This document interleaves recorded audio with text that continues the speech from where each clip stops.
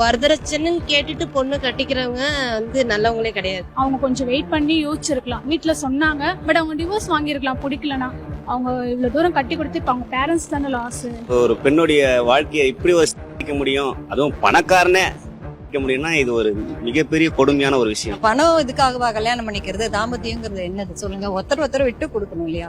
பயங்கர தப்பு, கண்டிப்பா தண்டிக்கணும். கேஸ் போட்டு அவங்க அசிங்கப்படுத்திருக்கலாம். ஏன்னா இந்த மாதிரி நிறைய பேருக்கு நடக்குது, அது யாரும் பெருசா இது பண்ணிக்க மாட்டாங்க. தெரிஞ்சு அந்த பொண்ணு உயிரோடு இருந்து அதுக்கு எதனா உத்தரவாதம் வாங்கி கொடுத்திருந்தா இன்னைக்கு நிறைய பேர் நடந்திருக்காது. இந்த காலத்திலயும் இந்த மாதிரி இதெல்லாம் இருக்கிறதுங்கிறது ரொம்ப கஷ்டமா இருக்குது. அவங்க பணத்துக்கோசரம் தான் கல்யாணம் பண்ணிருக்காங்க. பொண்ணு வேணும், வாழ்க்கை வேணும், கல்யாணம் பண்ணல. பணக்கார வீட்டு பெண்ணுக்கு, ஒரு வசதி படைச்ச அந்த பெண்ணுக்கு இந்த மாதிரி நிலைமைனா கையில கால வாங்கி கடன் வாங்கி பண்றவங்களுடைய குடும்பம் எல்லாம் எவ்வளவு பெரிய டார்ச்சர் அனுபவிக்குங்கிறது ஃபிராக்ஷன் ஆஃப் த மினிட்ல பண்ணிடுது குழந்தை.